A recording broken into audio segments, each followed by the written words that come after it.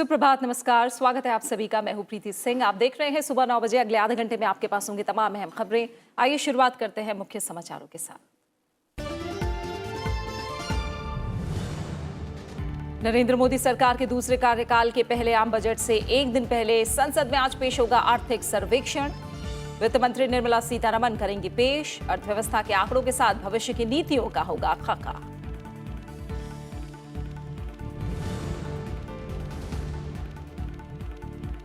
लोकसभा के एजेंडे में आधार कानून में बदलाव से जुड़ा विधेयक। भारतीय आयुर्विज्ञान परिषद संशोधन विधेयक पर राज्यसभा में होगा विचार।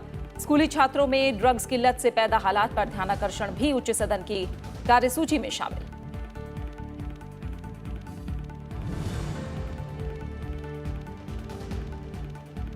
किसानों की आय बढ़ाने की दिशा में केंद्र सरकार का एक और बड़ा कदम। कैबिनेट ने धान समेत सभी खरीफ फसलों के न्यूनतम समर्थन मूल्य में की बढ़ोतरी। श्रम सुधारों के लिए वेतन संहिता विधेयक का मसौदा भी मंजूर। पीपीपी मॉडल के तहत संचालित किए जाएंगे लखनऊ, अहमदाबाद और मंगलुरु हवाई अड्डे।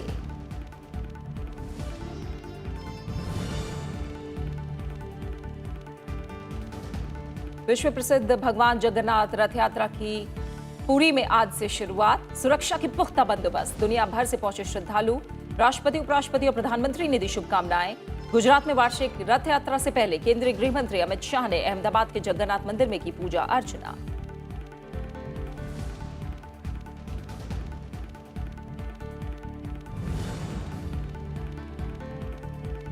और 27 साल बाद क्रिकेट विश्व कप के सेमीफाइनल में इंग्लैंड न्यूजीलैंड को 119 रन के बड़े अंतर से दी मात। शानदार शतक के लिए बेयरस्टो को man of the match. Semifinal में जगह पक्की करने के लिए न्यूजीलैंड को अब पाकिस्तान बांग्लादेश मैच के नतीजे का इंतजार। लीड्स में वेस्ट इंडीज और अफगानिस्तान का मुकाबला आज।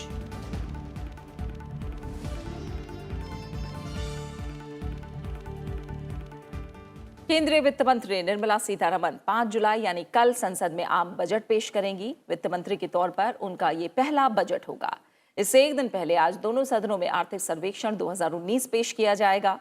लोकसभा में वित्त मंत्री निर्मला सीतारमण आर्थिक सर्वे पेश करेंगी और इसकी कॉपी राज्यसभा में भी रखी जाएगी। आर्थिक सर्वे से ये पता चलता है कि पिछले वित्त वर्ष में देश की आर्थिक स्थिति कैसी रही है।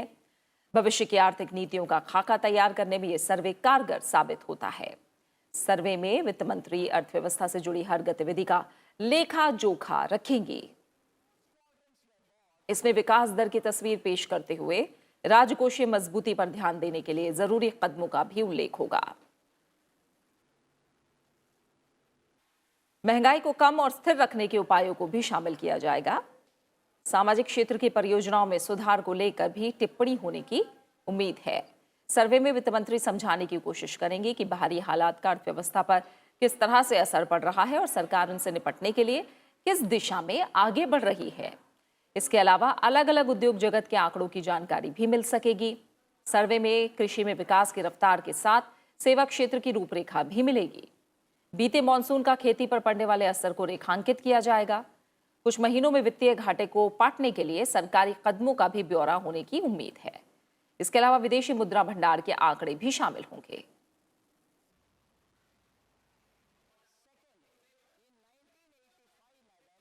आर्थिक सर्वेक्षण अर्थव्यवस्था के पिछले एक साल का रिपोर्ट कार्ड होता है और इसमें अगले वित्त वर्ष के नीतिगत निर्णयों के संकेत भी होते हैं।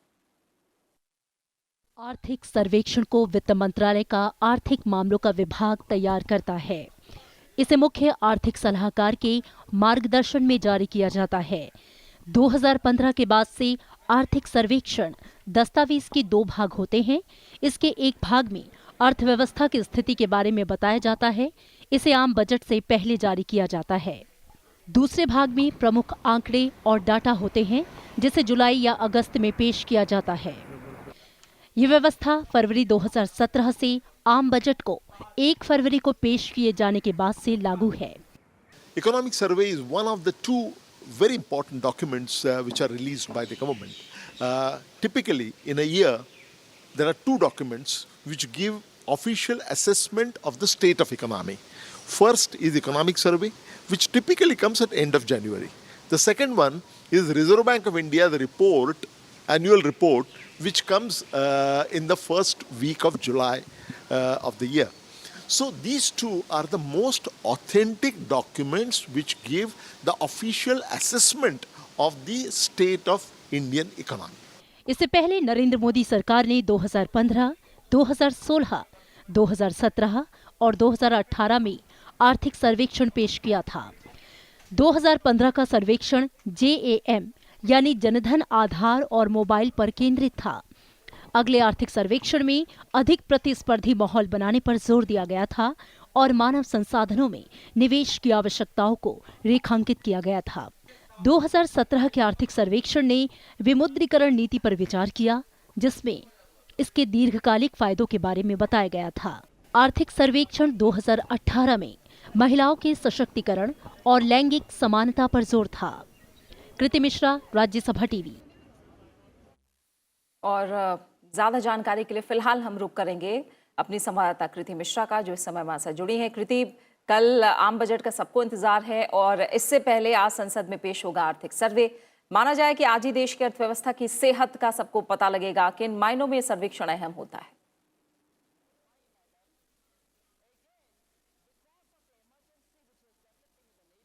जी हाँ प्रीति, देखिए बेहद अहम होगा ये इकोनॉमिक सर्वे, क्योंकि बजट के जो फुल बजट प्रेजेंटेशन है उसके पहले इकोनॉमिक सर्वे आज संसद में पेश किया जाएगा। देखिए पिछले 12 महीने का जो भी लेखा जोखा है अर्थव्यवस्था से रिलेटेड, जितनी भी सरकार की स्कीम्स हैं, इनिशिएटिव्स हैं, प्रोग्राम्स हैं, उसकी किस तरह की प्रोग्रेस है, आगे किस तरह की दिशा होगी इकोनॉमी की, short term medium term growth projections क्या होंगे, कहाँ पर ज़्यादा काम करने की ज़रूरत है, कहाँ पर इन्वेस्टमेंट की ज़्यादा ज़रूरत है, पब्लिक और प्राइवेट इन्वेस्टमेंट बढ़ाने की कितनी ज़रूरत है, और साथ ही साथ इकोनॉमी के कौन से सेक्टर्स हैं जहाँ पर ध्यान देने की ज़्यादा ज़रूरत है, जिससे जो ग्रोथ है, जो इंडिया का टारगेट है 5 ट्रिलियन इकोनॉमी बनने का 2024 तक, उसको कैसे पूरा किया जा सके। देखिए जो इकोनॉमिक सर्वे है वो 2015 के बाद से 2 पार्ट में आता है। पहला पार्ट जो आज पेश किया जाएगा उसमें अर्थव्यवस्था का उसके सेहत का हाल होगा, और साथ ही साथ जो दूसरा पार्ट है जो बाद में आएगा उसमें स्टैटिस्टिक्स होंगे और उसमें डेटा होंगे। तो इसीलिए बेहद अहम है आज ये बजट से पहले इकोनॉमिक सर्वे, जो संसद में तकरीबन 12 बजे वित्त मंत्री निर्मला सीतारमण पेश करेंगी। जी प्रीति, बहुत बहुत शुक्रिया आपका कृति, इस बातचीत के लिए, इस जानकारी को फिलहाल हम तक पहुंचाने के लिए आपका। और राज्यसभा में आम बजट से संबंधित कामकाज 24 जुलाई तक संपन्न हो जाएगा। आज आर्थिक सर्वेक्षण सभा पटल पर रखा जाएगा और 5 जुलाई को लोकसभा में आम बजट 2019-20 पेश किए जाने के बाद इसे राज्यसभा के पटल पर रखा जाएगा। उच्च सदन में आम बजट पर सामान्य चर्चा 9 से 11 जुलाई के दौरान प्रस्तावित है। वहीं 15 से 18 जुलाई के बीच 4 बैठकों में विदेश, गृह, आयुष और सूक्ष्म, लघु और मध्यम उद्यम मंत्रालयों के कामकाज पर चर्चा होगी। उच्च सदन 22 जुलाई को 2019-20 के लिए अनुदान मांगों से संबंधित विनियोग विधेयक विचार करके लौटाएगा, जबकि 23 और 24 जुलाई को वित्त विधेयक संख्या 2 पर विचार करके उसे लौटाया जाएगा। 249वें सत्र के दौरान यही तारीखें निर्धारित की गई हैं।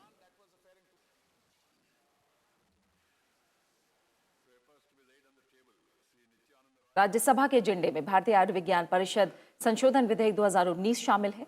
केंद्रीय स्वास्थ्य और परिवार कल्याण मंत्री हर्षवर्धन विधेयक पर विचार और पारित करने का प्रस्ताव करेंगे। लोकसभा से यह विधेयक पारित हो चुका है, जिसमें निश्चय किया गया है कि भारतीय आयुर्विज्ञान परिषद के कार्यों को 2 वर्षों के लिए एक शासी बोर्ड को सौंप दिया जाए और इस दौरान परिषद का पुनर्गठन किया जाए।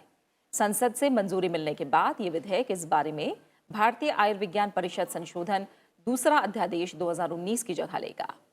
इसके अलावा स्कूली छात्रों में ड्रग्स की लत से पैदा हालात पर ध्यानाकर्षण भी उच्च सदन की कार्यसूची में शामिल है। सांसद आर के सिन्हा सामाजिक न्याय और अधिकारिता मंत्री का इसे लेकर पैदा स्थिति की तरफ ध्यान दिलाएंगे। वहीं वित्त मंत्री निर्मला सीतारमण क्षेत्रीय बैंकों में विभिन्न स्तरों पर सीधी भर्ती के लिए परीक्षा के माध्यम के बारे में दोनों सदनों में बयान देंगी।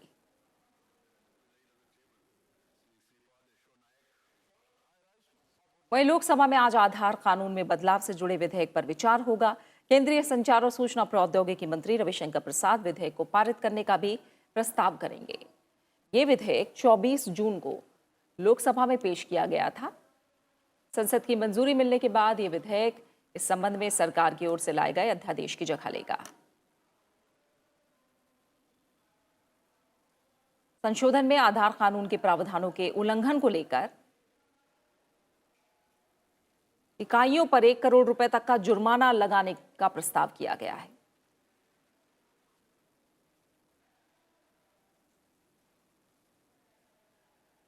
सत्रहवीं लोकसभा के नवनिर्वाचित सदस्यों के लिए कल संसद में प्रबोधन कार्यक्रम की शुरुआत हुई। रक्षा मंत्री राजनाथ सिंह ने इसका शुभारंभ किया। कार्यशाला के दौरान लोकसभा अध्यक्ष ओम बिरला समेत वरिष्ठ सांसदों ने पहली बार चुनकर आए सांसदों से अपने अनुभव साझा किए। लोकसभा सचिवालय ने पहली बार चुनकर आए सांसदों के लिए कार्यशाला का आयोजन किया। लोकसभा अध्यक्ष ओम बिरला ने नवनिर्वाचित सांसदों को संसदीय प्रक्रिया और नियमों को सीखने पर जोर दिया। मैं माननीय सदस्यों को यह आग्रह करता हूं कि संसदीय कार्य प्रणाली, पद्धति, नियम, प्रक्रिया, इन सब का अनुभव होना हमारे संसदीय लोकतंत्र में आवश्यक है। हमें हमारे वरिष्ठ माननीय सदस्यों का मार्गदर्शन चाहिए, तो हमारा अधिकतम समय संसद में बैठने के लिए गुजारना चाहिए। रक्षा मंत्री राजनाथ सिंह ने सदन में मर्यादित और अनुशासित व्यवहार के साथ स्वस्थ संसदीय तर्क वितर्क पर जोर दिया। कोई ये कह सकता है कि आप कैसे सबसे बड़ी चीज ये कहते हैं कि मनुष्य के जीवन में सबसे बड़ी चीज होती है तो मर्यादाओं का पालन। संसद की गरिमा भी तभी कायम रहेगी जबकि हम में से हर सदस्य अपनी मर्यादाओं का पालन करेगा। नहीं तो संसद की गरिमा को हम कायम नहीं रख सकते। लोकसभा में कांग्रेस के नेता अधीर रंजन चौधरी ने कहा कि जनता के प्रति जवाबदेही और देश सेवा ही जनप्रतिनिधि का सबसे बड़ा धर्म होता है। लेकिन ऑपोजिशन की जरूरत इसलिए है कि बिना ऑपोजिशन लोकतंत्र नहीं बचेगा। ऑपोजिशन में बैठकर क्या करते हैं? हम लोग चेक्स एंड बैलेंस की काम करते हैं। 17वीं लोकसभा में इस बार 542 सांसदों में से 264 पहली बार चुनकर आए हैं। इनमें से 46 महिला सांसद भी पहली बार चुनकर आई हैं। आप एक कानून को बना रहे हैं और आपको कैसे देश और देश के बाहर एक संदेशा भेजना है अपने लोगों के लिए और आने वाली पीढ़ी के लिए, बहुत ही अहम रहा। और ये अच्छा, हम लोग 264 नए सांसद जो हैं उनके लिए ये क्लास बहुत ज़रूरी थी, इंक्लूडिंग मी। निश्चित रूप से नए सांसदों को नियम कायदों की पालना करनी चाहिए। हमें बहुत बड़ी खुशी है कि लोकसभा अध्यक्ष जी ने अब की बार सारे नए सांसदों का जो 0 ओवर 0 ओवर होता है उसमें ज़्यादातर मैक्सिमम नए सांसदों को बोलने का मौका भी दे रहा है। कार्यशाला में लोकसभा महासचिव स्नेहलता श्रीवास्तव ने नए सांसदों के लिए प्रधानमंत्री नरेंद्र मोदी का संदेश पढ़ा। कार्यशाला का आयोजन लोकसभा सचिवालय के संसदीय अध्ययन और प्रशिक्षण ब्यूरो द्वारा किया गया था। 4, 9 और 10 जुलाई को भी संसदीय विषयों पर आधारित कार्यशाला का आयोजन किया जाएगा। Mohammad Fatih Tipu, Rajya Sabha TV.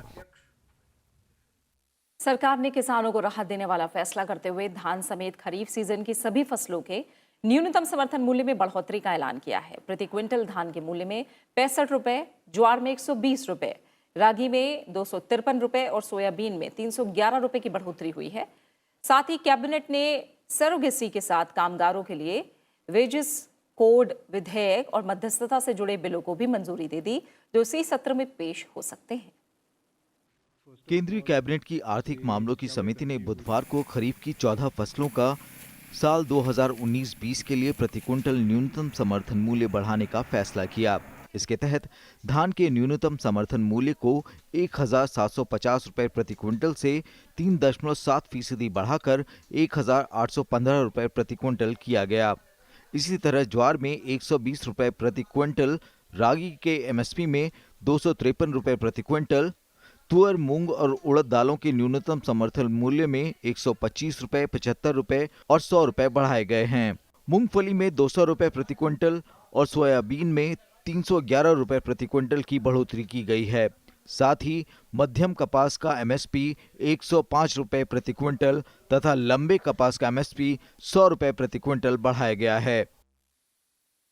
सामान्य धान ये 18-19 में 1750 रुपए क्विंटल था, लेकिन 19-20 में जो समर्थन मूल्य घोषित किया जा रहा है यह 1815 रुपया प्रति क्विंटल है। 3.7% की वृद्धि है। ज्वार हाइब्रिड 2550 रुपए कुंटल, इसमें 4.9% की वृद्धि है। सूचना और प्रसारण मंत्री प्रकाश जावड़ेकर ने बताया कि वेजेस कोड यानी मजदूरी संहिता से जुड़े बिल के साथ लंबे वक्त से अटके हुए सरोगेसी बिल को भी संसद में पेश करने की मंजूरी कैबिनेट ने दे दी है। हालांकि संसद सत्र चालू होने के कारण उन्होंने इसके बारे में और ब्यौरा नहीं दिया। हालांकि उन्होंने ये भी बताया कि देश के 3 हवाई अड्डों लखनऊ, अहमदाबाद और मंगलुरु को PPP मॉडल पर संचालित किया जाएगा। एयरपोर्ट्स में प्राइवेट पब्लिक पार्टनरशिप की एक पहल सरकार ने की और एयरपोर्ट अथॉरिटी के जो एयरपोर्ट्स है उसमें से कुछ से वो ऑक्शन की प्रक्रिया शुरू हुई।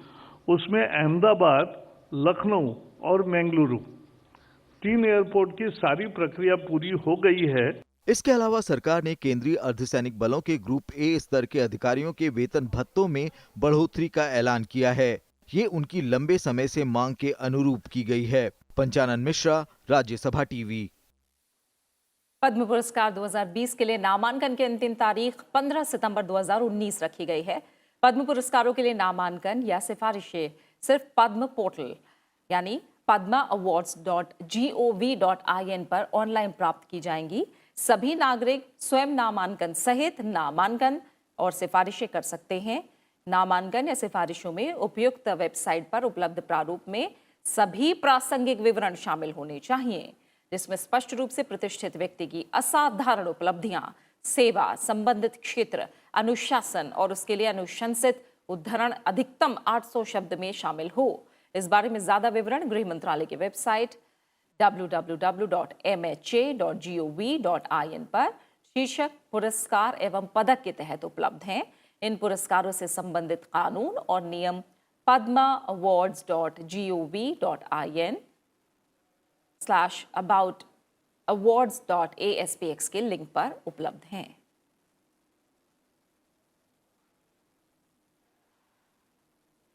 और अब बात पुरी में आज से शुरू हो रही विश्व प्रसिद्ध भगवान जगन्नाथ रथ यात्रा की।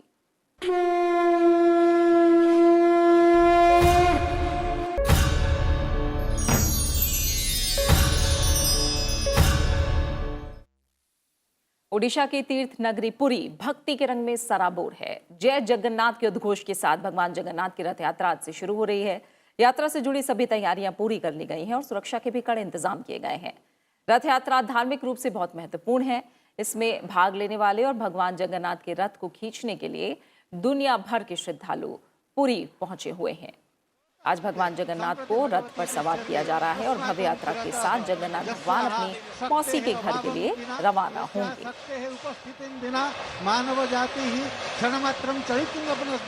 और इस समय आप सीधी तस्वीरें देख पा रहे हैं। भारी संख्या में लोग भगवान जगन्नाथ के दर्शनों के लिए पहुंचे हुए हैं और रथ यात्रा उत्सव में भगवान जगन्नाथ को रथ पर विराजमान करके पूरे नगर में भ्रमण कराया जाता है।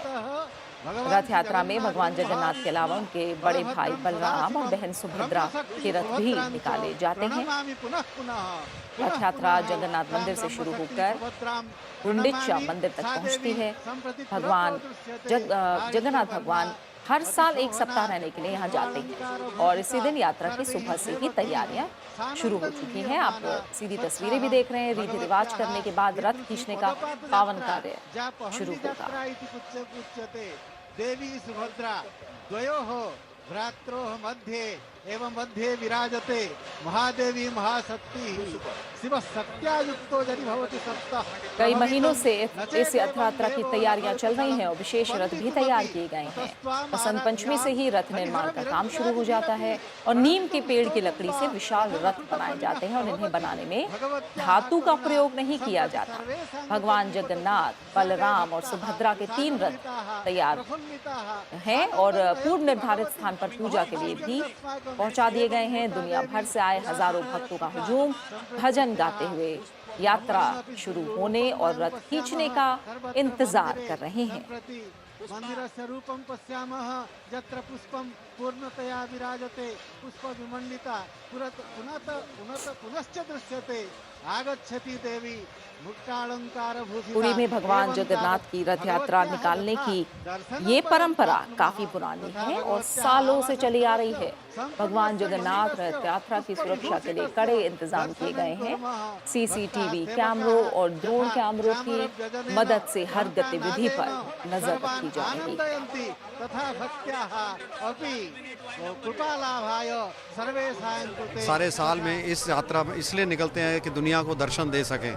जो लोग मंदिर के अंदर नहीं जा सकते हैं, भगवान इतने कृपालु हैं कि उन सबको दर्शन देने के लिए खुद सड़क पर आते हुए सबको दर्शन देते हैं। इतने आनंद हूँ, इतने विभोर कि मैं समझ नहीं पा रही कि इस आनंद की भगवान की क्या कृपा हुई है कि जो हम आज यहाँ पर आए हैं। The atmosphere is so conducive, so pleasing, so wonderful that I don't feel like I can go back to my mandir at Jew. यहाँ जगन्नाथ देव की मान्यता ये है कि वो इस समय वामन अवतार में रथ पर विराजित होते हैं। इसकी मान्यता ये है कि जो भक्त उनके इस रूप में उनके दर्शन करता है, रथ यात्रा के दर्शन करता है, उसका पुनर्जन्म नहीं होता है। वो We are here waiting to see our Lord Jagannath because normally we cannot enter to the temple, but he is coming outside to give darshan to everyone. So we are really happy to be here, and this is a blessing. This is an opportunity to see our Lord with our own eyes. और हमारे संवाददाता मिहिर पांडे पुरी से phone line पर हमारे साथ जुड़े हुए हैं। मिहिर, जो हम तस्वीरें देख पा रहे हैं, जाहिर तौर पर बड़ी संख्या में न सिर्फ देश बल्कि विदेशों के लोग भी भगवान जगन्नाथ के दर्शनों के लिए पहुंचे हैं और जो तमाम परंपरा है उसके मुताबिक काम किया जा रहा है। फिलहाल अगर आप हमें बता पाएं कि किस तरह का उत्साह देखने को मिल रहा है और कितनी देर में भगवान जगन्नाथ रथ पर सवार होंगे?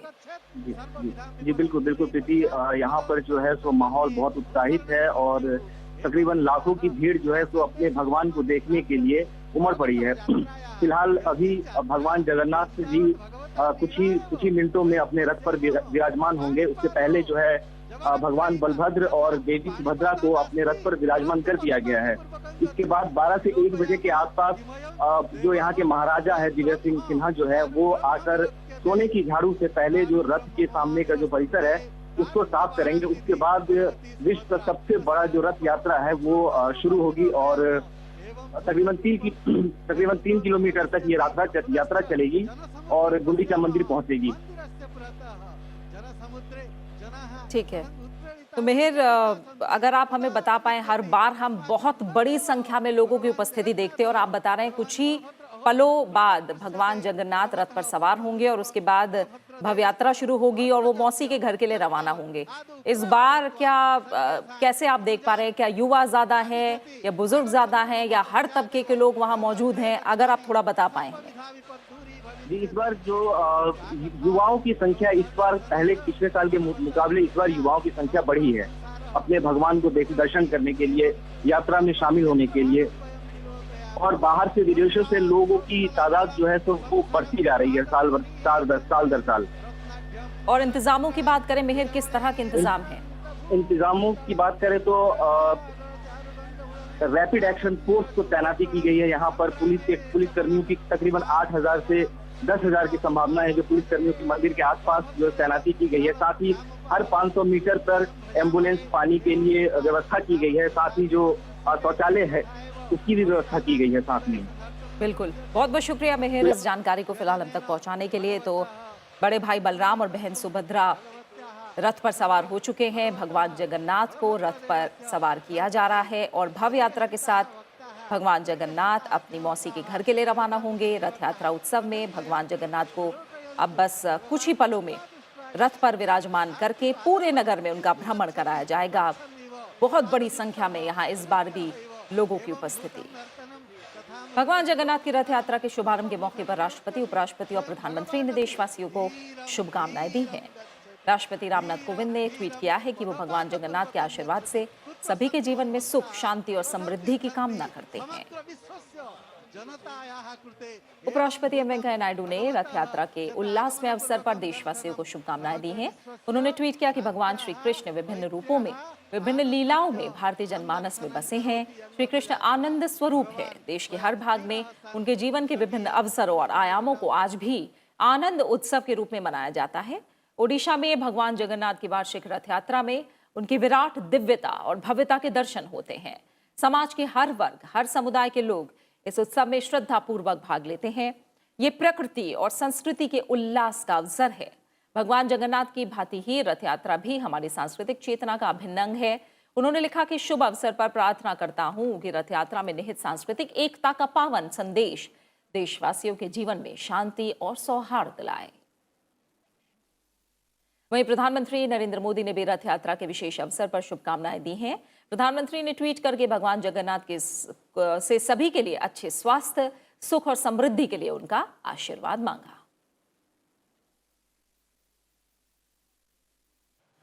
गुजरात के अहमदाबाद में आज परंपरागत हर्षोल्लास के साथ भगवान जगन्नाथ की रथ यात्रा निकली है। मुख्यमंत्री विजय रूपाणी और डिप्टी सीएम नितिन पटेल ने परंपरागत रूप से रथ के आगे झाड़ू लगाकर रथ यात्रा को रवाना किया। रथ यात्रा की बहुस्तरीय सुरक्षा के तहत करीब 25,000 से ज्यादा पुलिसकर्मियों को तैनात किया गया है। इसके अलावा सीसीटीवी कैमरे और इन ड्रोन कैमरों से भी हर गतिविधि पर नजर रखी जा रही है। और इससे पहले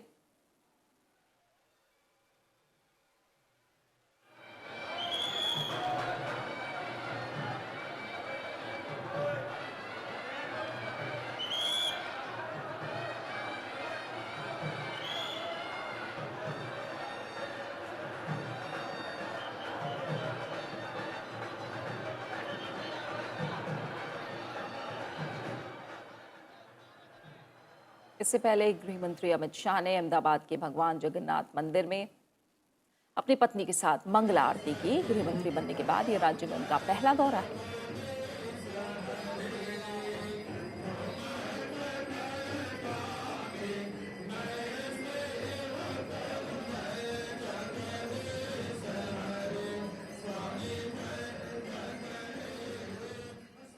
और अब बात कुछ और अहम खबरों की। आतंकी संगठनों की फंडिंग रोकने में नाकाम रहा पाकिस्तान अब ब्लैकलिस्ट होने से बचने के लिए कार्रवाई करने के लिए मजबूर हो गया है। मुंबई हमले के मास्टरमाइंड और जमात-उद-दावा के सरगना हाफिज सईद के खिलाफ आतंकी फंडिंग का केस दर्ज किया गया है। हाफिज अकेला नहीं है, उसके अलावा भी कई आतंकियों के खिलाफ लाहौर, गुजरावाला और मुल्तान में केस दर्ज किए गए हैं। पंजाब आतंकवाद निरोधक विभाग ने हाफिज के प्रतिबंधित संगठन के खिलाफ ये कार्रवाई की है। एफएटीएफ ने पाकिस्तान से सितंबर 2019 तक आतंकी समूहों की फंडिंग को रोकने के लिए अपनी कार्ययोजना को लागू करने को कहा है।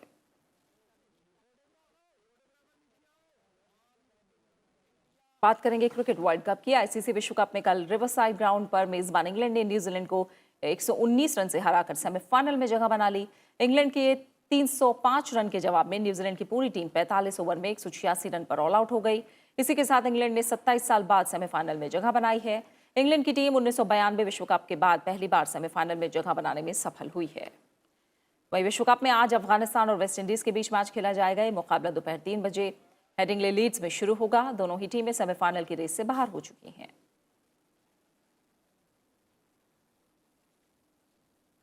बात खास शख्सियत की। उठो, जागो और तब तक मत रुको जब तक लक्ष्य की प्राप्ति ना हो जाए।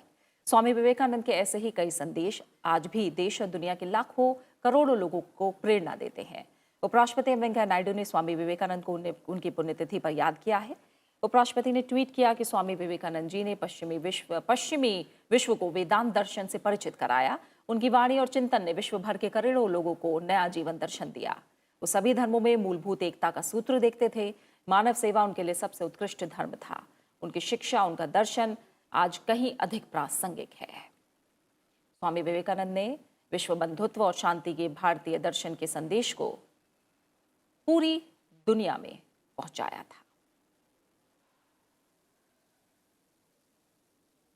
और इसी के साथ फिलहाल सुबह 9 बजे की खबरों में मेरे साथ इतना ही। ब्रेक के बाद देखिए ब्रेकफास्ट न्यूज।